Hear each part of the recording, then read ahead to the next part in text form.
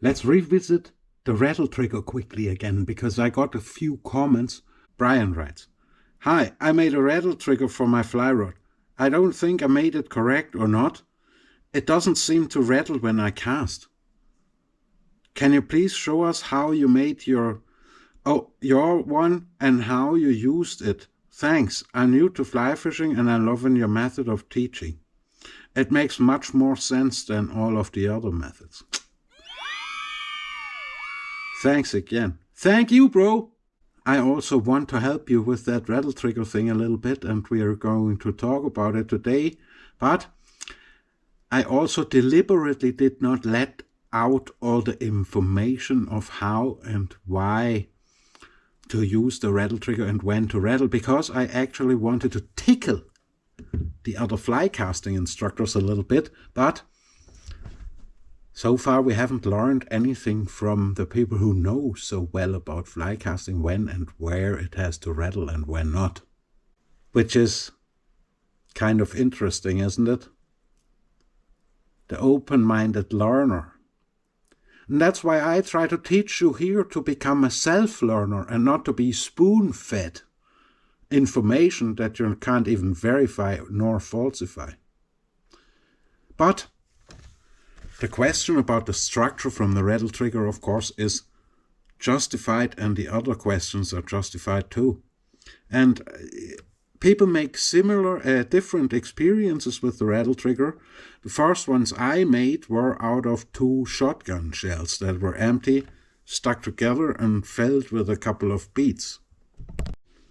This here is a 12-gauge shotgun shell, yeah?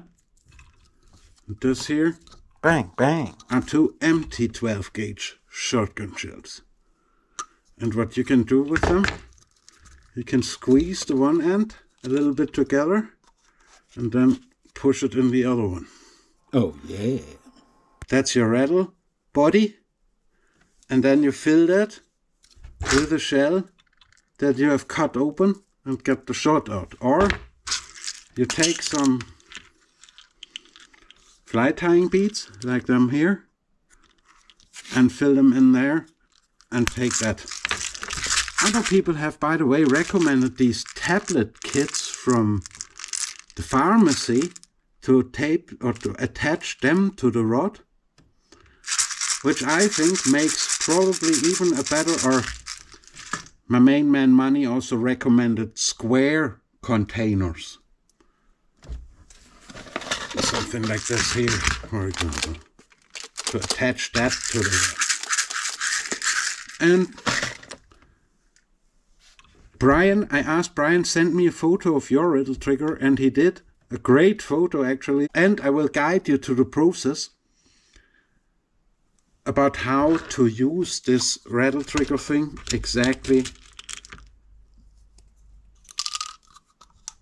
in private.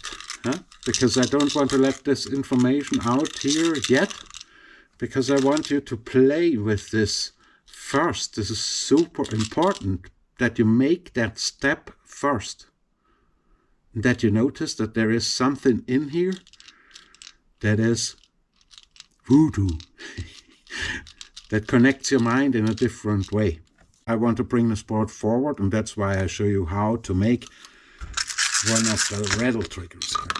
The way to attach that to your rod is either with a bit of this flexible wire that is coated, or you can use a cable tie, for example, or you can use, and that is what I use, tape, but not the style of tack tape or tape that leaves a residue. I use the medical tape from the pharmacy too. It's called leukotape, I think. I Google it up and put your screenshot in. That's what I use to attach the rattle trigger to the fly rod in order to gain better feedback over the cast, because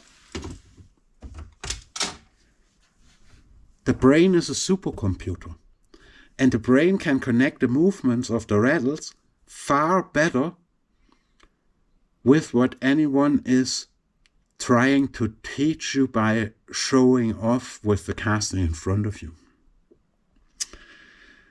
That showing off, or that I personally think in the meantime even that watching other people's casting and like trying to imitate other people's casting is actually counterproductive, because it makes you never find your own tune into the system. You can't attune after another person's vibration into your own system. That's why I say, and that's why I don't let out the information when it should rattle and when not. Yeah? I was actually making an episode about music and flycasting and mathematics, but I thought I'd throw that rattle trigger thing in first because it goes on here. Let me continue on a little bit about where the problems are and what a true self-learner. Respect and shout out to you, Brian. Great job for making the first steps into the autotellic approach, self-learning.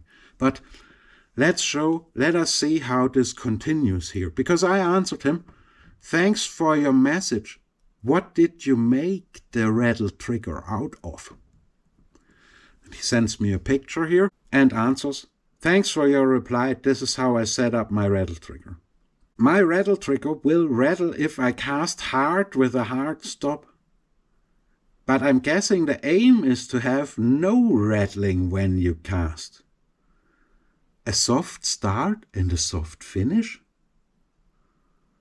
I think you described it like pulling a trigger on a gun softly.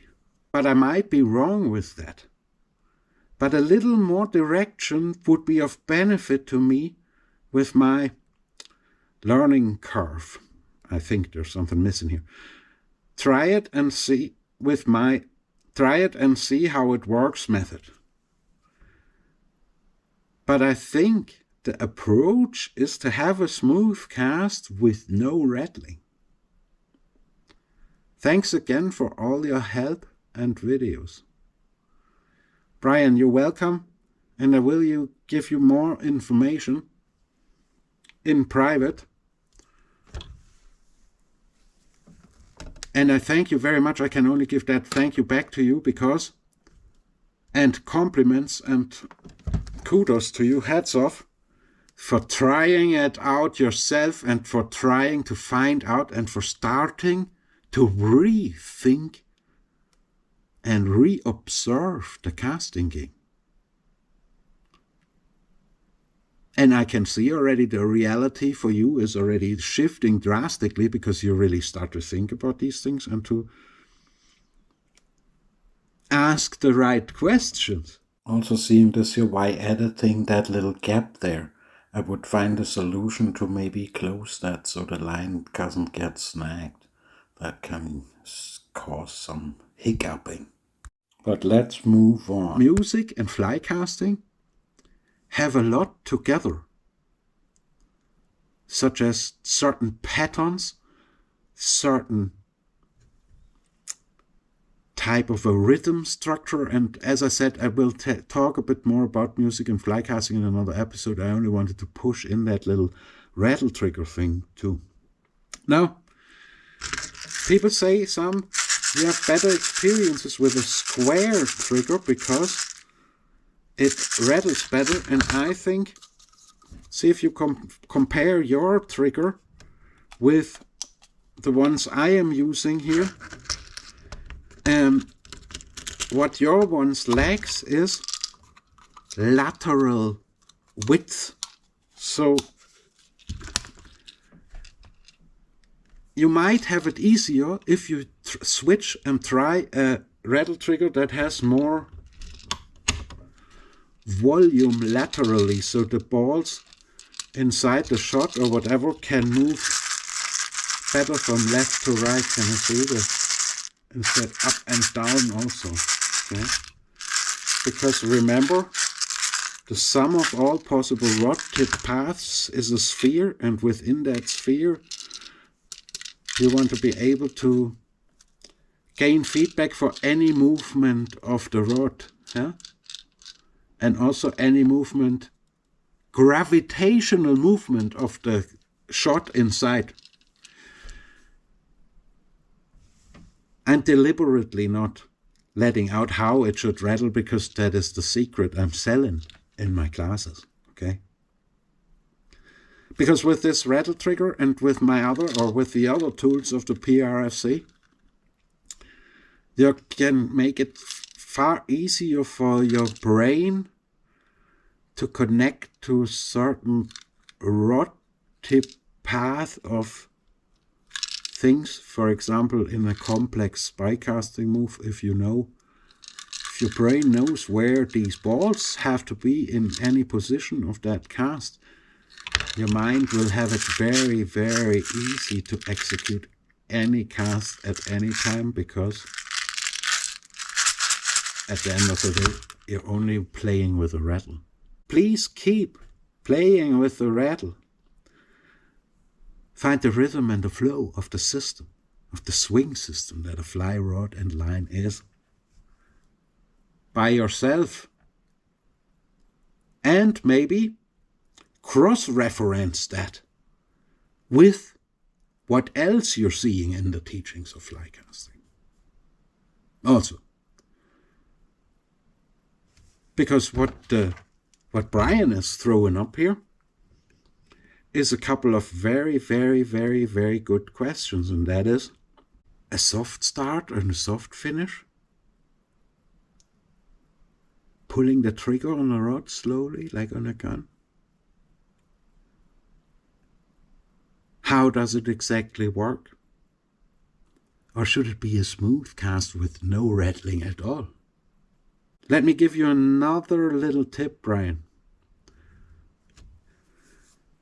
Try to take a rattle trigger with a bigger volume for the balls to go left and right, not also up and down, and just go out and play with the rattle.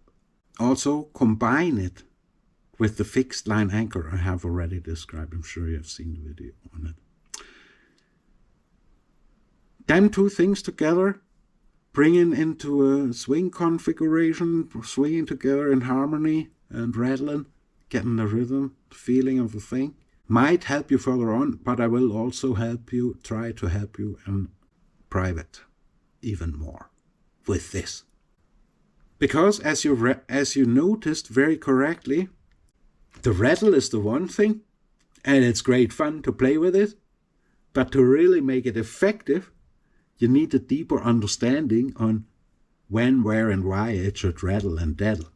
So you can cross-reference that with your supercomputer that your brain is to the movements in your hands and with your body, and attune to the system in a much easier, learner-friendly way. Don't be afraid to go out and play, and also don't be afraid to screw it up every once in a while, because failures and helpful. Failing is winning in here. All the tangles, all the fuck-ups, they belong into the system. And I had another brilliant comment to here that is a little bit longer, and to say goodbye, I read you that comment too. We might discuss about that in another episode, because I don't want this here to get too long for you. But here's another comment from Ben, who I really appreciate very much too, and which says a lot, and funnily is also about music, and we're going to talk about music and fly casting very shortly. Take it away, Ben. I've watched one of the comp anglers that fishes in my league. He has the most consistent false cast execution I have ever seen. It's like a metronome. He is a classical guitar teacher at the university and also composed music and directed some orchestra. Since he is a fly fishing competitor, he will never share anything, and I haven't managed yet to capture a video of his cast, but I am still hoping I will eventually get a footage. He isn't much of a long-distance caster, but he always makes his casting stroke look super effortless and very harmonious. When I cast, I look like someone who's punching through the wall with a hammer. As a result, My ligaments are toasted from all the still water competition of casting and retrieving line for hours every day during comp preparation. I've worked the anchor line a bit, he means the fixed line anchor, went to the river without intention of catching a fish, but just casting, and I screwed up every single casting attempt, but I found that I had a better handling, or at least somewhat of a better understanding of what my rod tip was doing and where the line would take off, even if I was halting my hand movement in the middle of the casting stroke. I am finding it hard to describe what's happening, but it is somewhat an improvement of confidence in unexpected hand movement that I wasn't used to do in the past, by fear of wrapping my line on the rod tip or introducing knots in my line or tippet. I even decided to go left hand and do a bunch of very erratic movement, then switching hand and trying different line type. My conclusion is that I only have scratched the surface, and anchoring and making knots and a lot of mistakes should have been part of the learning stage from day one of taking up fly fishing. I think you're referring it as being playful and fearless with the anchored line. That's the exploration and fun part we can't do with flies and lead or tippet combo. That was a bit of a, that's a neat risk-free playground, so let's do all the stupid shit and find out what happens if. Yes, my man, that's it. So how did I end up screwing on my casts when I was on the river in comparison to what I used to do to cast out in the past? Well, turns out the anchor line play on a daily basis kind of made me drop some of the stuff I was used to do, or at least reducing the applied force expedit the line out my rod and trying way too hard with the wrong timing for the most part. It will be a journey, but at least not being spoon-fed all the time. But at least not being spoon-fed all the details is helping me explore rather than following a strict method. Thank you very much for that comment, and also kudos and hats off to you, Ben, for starting this learning process for yourself. And you're asking here why you screwed up suddenly all the casts. That is because for a little while change is happening in your mind. New neuronal pathways are being created by playing fearlessly with the fixed line anchor and gaining feedback also with the help of the rattle trigger. And in this transitional phase, you will start to make all kinds of shitty bad casts, and you will, from my experience, also start to enjoy these tangles. You will get worryless about making a bad cast. And you learn more from the bad casts than from the good casts that you thought were the good casts before, but 99.9% of the people think that. And you know what? 99.9% of all fly fishing do this. Check this out, they go.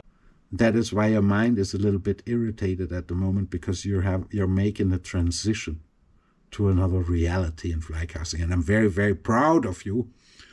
And I'm also very confident that when you go through that learning process, because you're already halfway through this, you will come out the other side as another caster, as an animal caster, casting animal. A very confident person that is not afraid even of making a bad cast.